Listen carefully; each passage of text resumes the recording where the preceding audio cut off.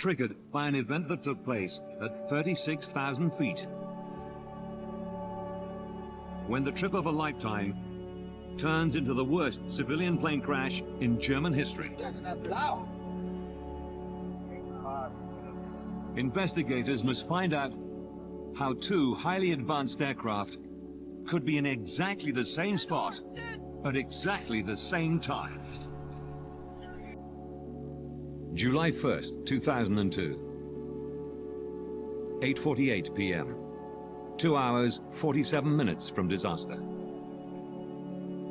A Bashkirian Airlines charter takes off from Moscow's Domodedovo airport. 20 minutes from disaster. At the Zurich Area Control Center, 2 air traffic controllers are on duty. One goes on a break. Peter Nielsen is now working alone. 12 minutes, 33 seconds from disaster. A DHL cargo plane enters Nielsen's airspace and requests permission to climb to 36,000 feet. 9 minutes, 49 seconds from disaster. A delayed Airbus is coming in to land at Friedrichshafen Airport. Nielsen tries to call the airport to hand over the flight. But his phone system is in backup mode due to maintenance, and the backup system has a fault. 5 minutes, 21 seconds from disaster. The Bashkirian charter radios Nielsen. It's flying at 36,000 feet and is about to enter his airspace. Good evening, BTC 2937. 2 minutes from disaster. The Bashkirian and DHL planes are now at the same altitude, less than 44 kilometers apart, closing in on each other faster than the speed of sound. The Short-Term Conflict Alert, or STCA, should now warn Nielsen of the impending collision. But his radar is also in backup mode, so the STCA is not fully functioning. 43 seconds from disaster. Nielsen finally notices that the 2 planes are on a collision course. He immediately tells the Russian pilots to descend. Descent flight level 350. Seconds later, TCAS goes off in both planes. It tells the DHL pilots to descend. Descend, descend. And the Russian crew to climb. Climb. He's guiding us down. Nielsen is unaware that both planes have been issued advisories. He repeats his instructions to the Russian pilots. 2937. Descent flight level. Russian guidelines allow pilots to make their own decisions in such conflict situations. Here, they follow Nielsen's command. Both planes are now in descent. 19 seconds from disaster. Nielsen believes the conflict is resolved. But before signing off, he tells the Russian crew that the DHL plane is approaching from the right.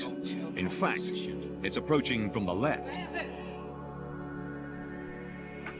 3 seconds from disaster. The Russian crew have spotted the DHL plane. They pull up, but it's too late. Descend hard, descend!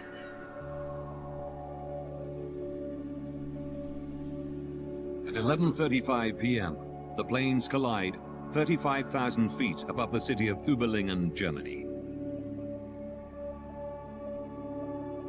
All 71 people on board the 2 planes die.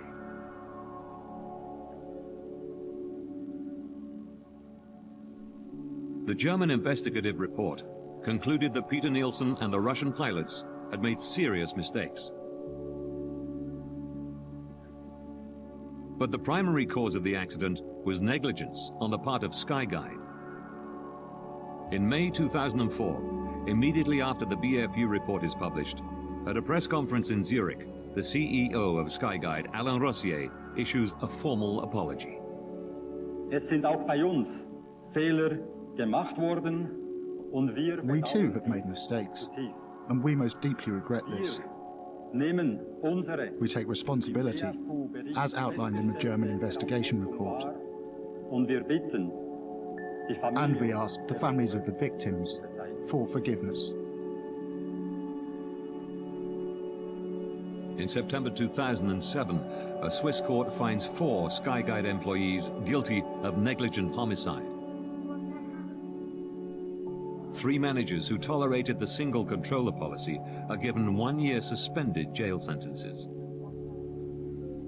The project leader overseeing the maintenance work on the night of the collision is fined 13,500 Swiss francs, roughly $11,000. Following recommendations from the German investigative team, Skyguide implements a variety of procedural changes. They now ensure there are always 2 controllers on duty, even during the quiet night shift. Nobody will ever find themselves in Peter Nielsen's position again. Investigators also recommend that international and regional TCAS regulations be standardized, along with aircraft operations manuals. TCAS must have ultimate priority over air traffic control. One cannot say with 100% certainty that this kind of event will never happen again. But we are very confident that we were able to make a significant contribution to preventing the repetition of an event like this.